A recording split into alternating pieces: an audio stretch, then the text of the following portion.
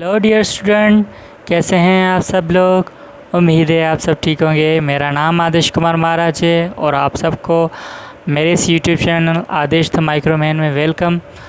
आज का ये लेक्चर हमारा इंट्रोडक्शन टू बायोलॉजी पर होगा, जो मैं फर्स्ट ईयर और सिंध टेक्स्ट बुक बोर्ड जामशोरों के जो बायोलॉजी का बुक है उसमें से पढ़ाऊँगा। सही है, तो शुरू करते हैं हमारा पहला लेक्चर। ये देख सकते हैं, ये अच्छी सी स्लाइड मैंने आपके लिए बनाई है बायोलॉजी पर। तो सबसे पहले जो हम डेफिनेशन पढ़ेंगे साइंस की, क्योंकि साइंस है क्या, और ये जो भी बायोलॉजी केमिस्ट्री फिज़िक्स ये साइंस से निकले हैं। इस वजह से साइंस को समझना और साइंस को मतलब कि पहले साइंस को समझेंगे हम। ठीक है, व्हाट इज़ साइंस। एक्चुअली जो साइंस जो है ना, साइंस हम सिस्टमेटिक नॉलेज को कहते हैं। मतलब ऐसी नॉलेज जो कैसे हम गेन करें थ्रू ऑब्जर्वेशन एंड एक्सपेरिमेंट। यहाँ पर लिखी हुई है, science is a systematic body of knowledge which gained from through observation and experimentation. ऐसी नॉलेज जो हमें कहाँ से मिले, ऑब्जर्वेशन और एक्सपेरिमेंटेशन से। क्योंकि ये टर्म है ना, आप मैट्रिक से 9th से और लोअर क्लासेस से पढ़ते आए हैं ये डेफिनेशन। देखें, मैं बच्चों को ऐसे भी पढ़ाता हूँ कि 2 लैंग्वेज पढ़ाता हूँ। एक तो हमारी आम लैंग्वेज जो सिंधी, उर्दू और इंग्लिश, और एक होती है साइंस की लैंग्वेज। मैं बच्चों को पढ़ाता हूँ कि आप जो ना साइंस के स्टूडेंट है, तो आज से आप साइंस से रिलेटेड जितने भी लैंग्वेज है वो पढ़ेंगे, यानी साइंस लैंग्वेज पढ़ेंगे।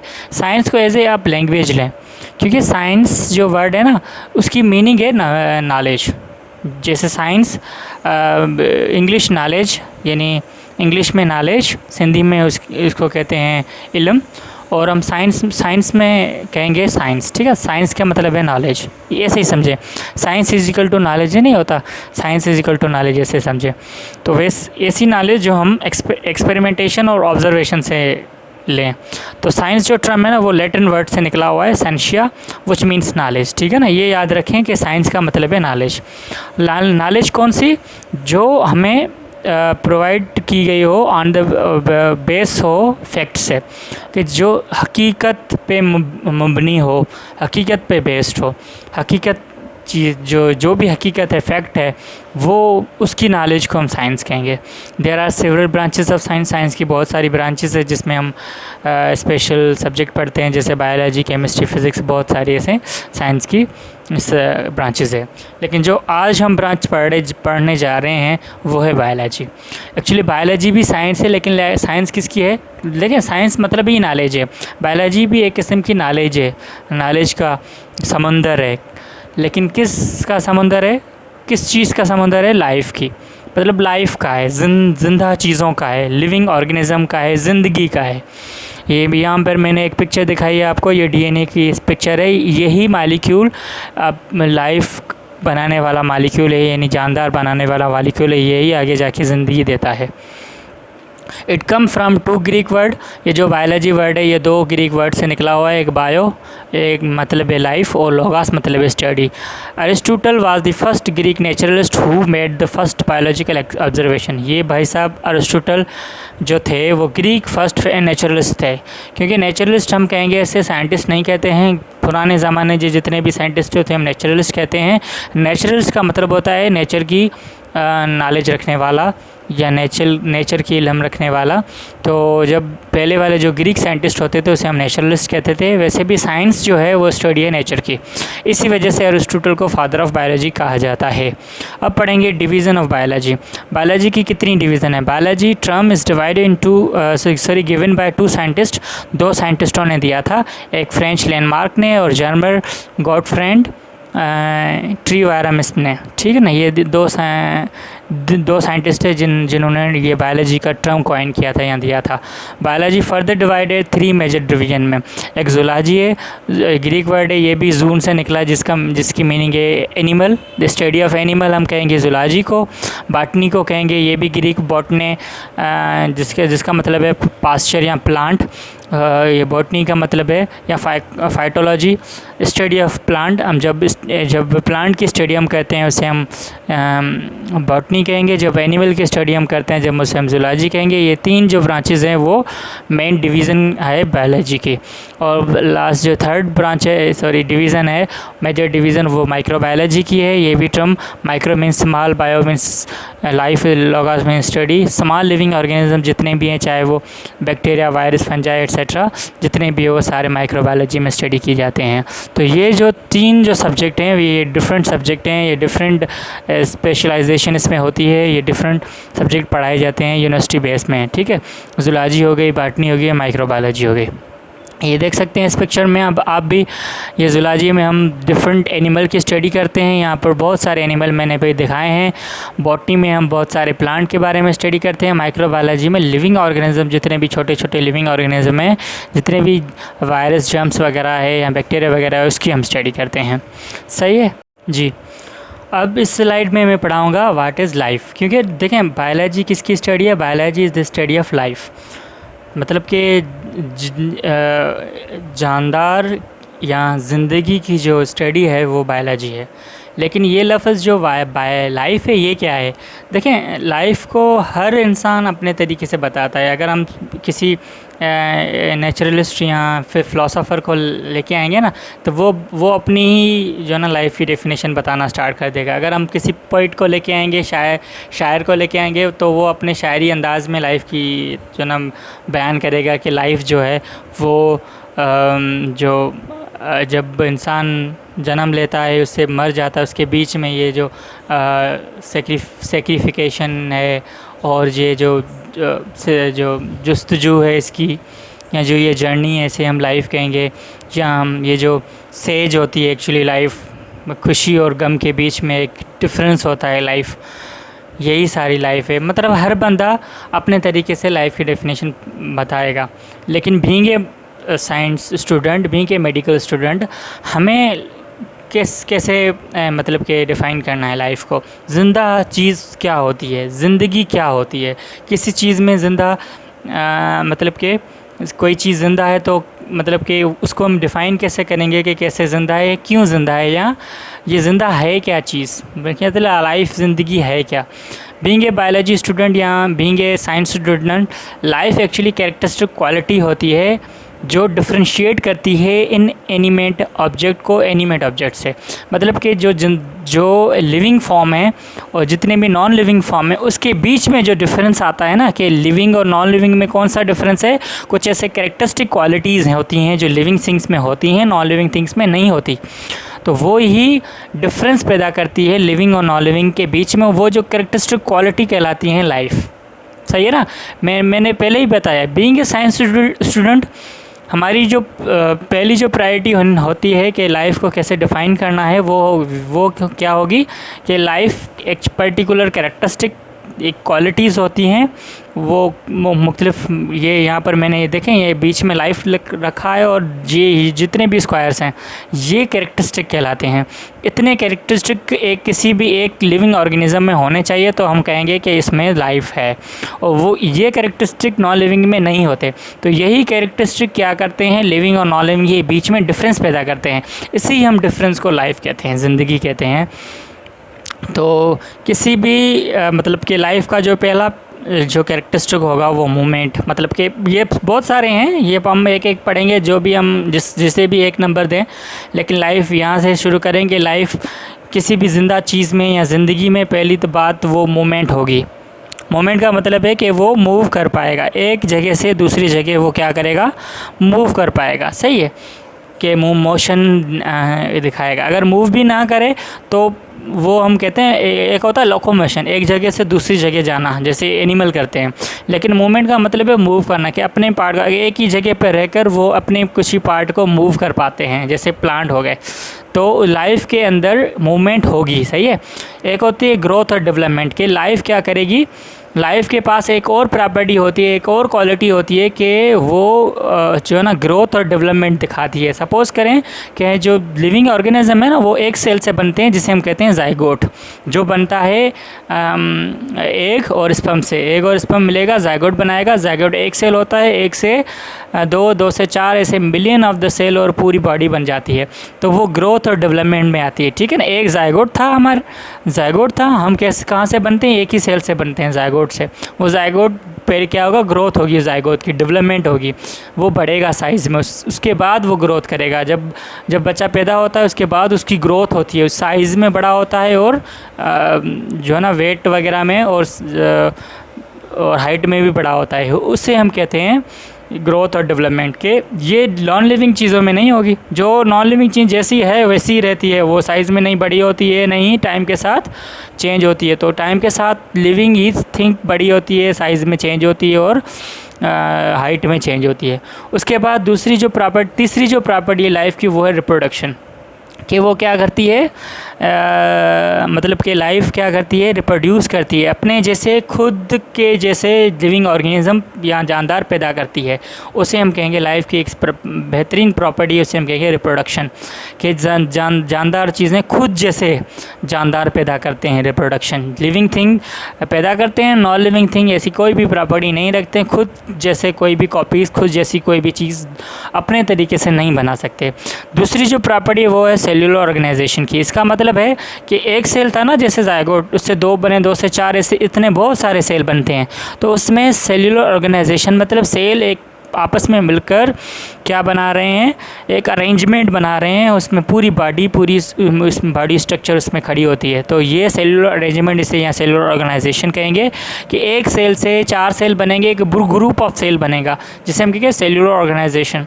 वो सेल्यूलर ऑर्गेनाइजेशन आके जाके ऑर्गन बनाएगा, ऑर्गन सिस्टम बनाएंगे, ऑर्गन सिस्टम पूरी बॉडी बनाते हैं, ठीक है ना। ये चीज़ें लाइफ की एक करेक्टरिस्टिक क्वालिटी है।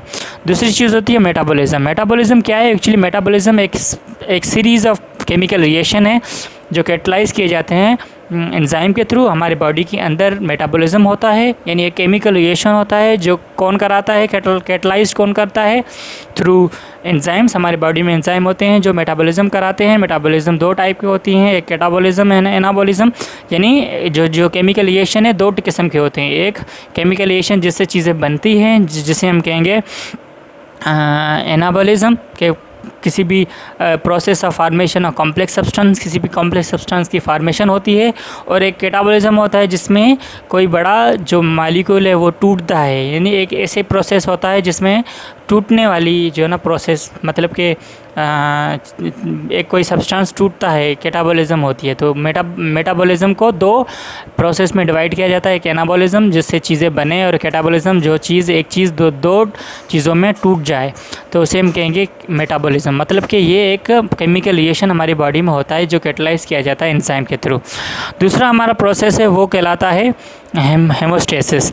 हेमोस्टेसिस का मतलब होता है कि हमारी बॉडी के अंदर कुछ ऐसी चीज़ें हैं जिसे हमने हमारी बॉडी ने जो ना रेगुलेट करनी होती है, वही सेट रखनी होती है, ठीक है, कि वो क्या करे, थर्मो रेगुलेशन, मतलब कि जैसे टेम्परेचर है, हमारी बॉडी में टेम्परेचर चेंज नहीं होता, वही रहता है 37 ही, उससे हम कहते हैं होमोस्टेसिस। हमारी बॉडी क्या करती है, जितने भी चीज़ें हमारी बॉडी में हैं वो उसी स्टेट में रहना चाहती हैं, और बॉडी उसी स्टेट में रहने देता है, तो उसे हम कहेंगे हेमोस्टेसिस, के बॉडी अपनी ही जो पोजीशन है, अपनी ही जो स्टेट है उसमें रहना चाह रही है।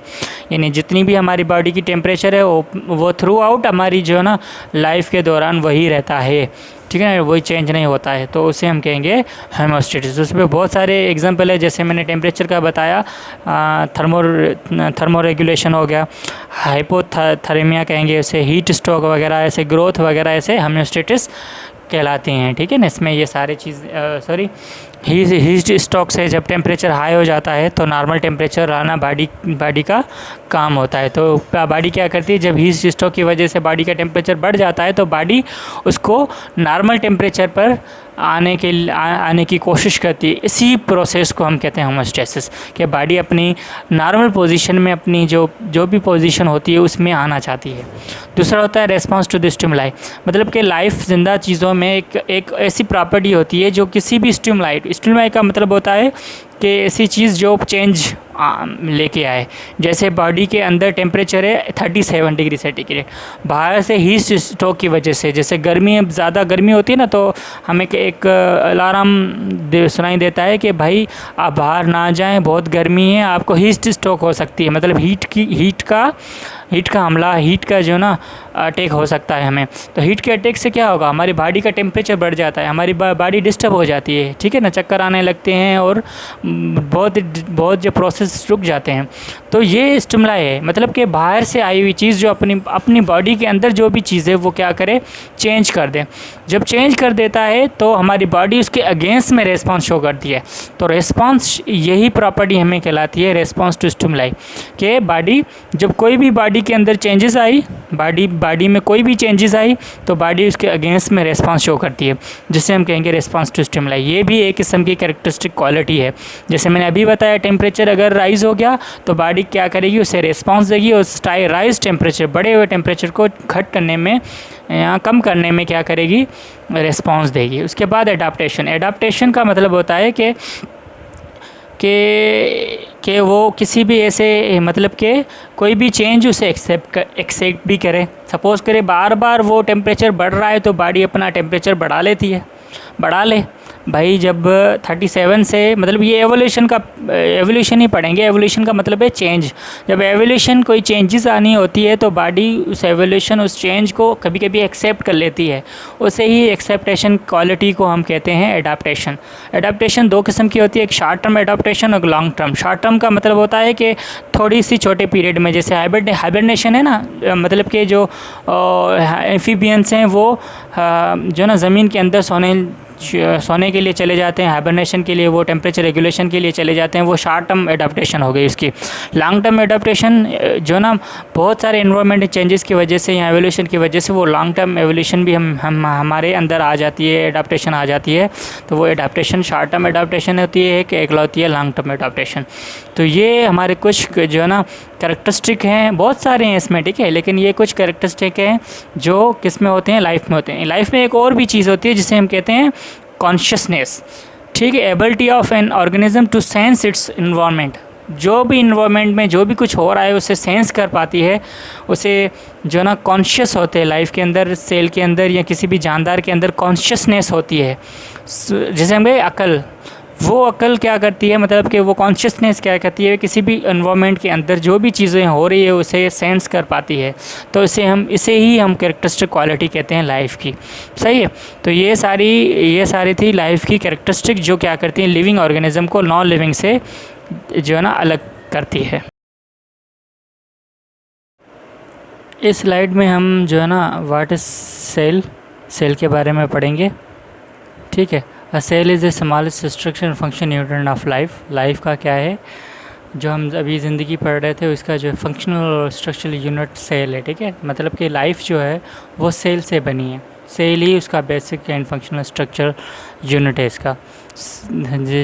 ये जो ज़िंदगी हम कह रहे हैं ना, ये ज़िंदगी सेल से ही बनती है। उसके बाद मतलब it is the basic building block of living organism, मतलब जितने भी लिविंग ऑर्गेनिज्म है उसकी ये बेसिक बिल्डिंग ब्लॉक है।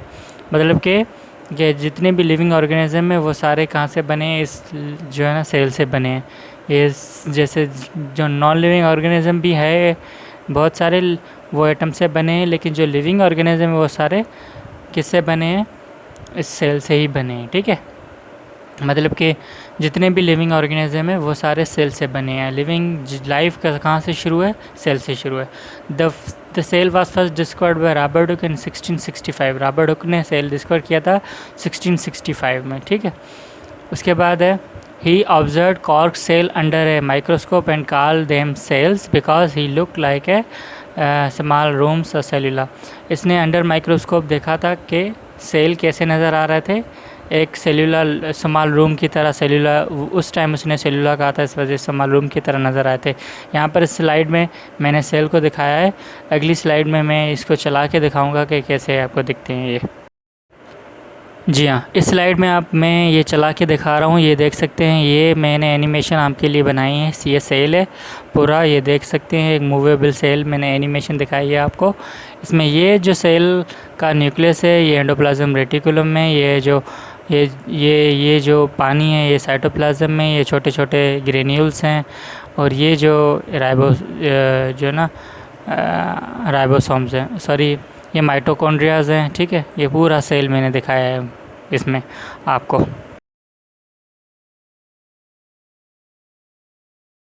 उसके बाद आप पढ़ेंगे टाइप्स ऑफ सेल के कितने टाइप के सेल हैं।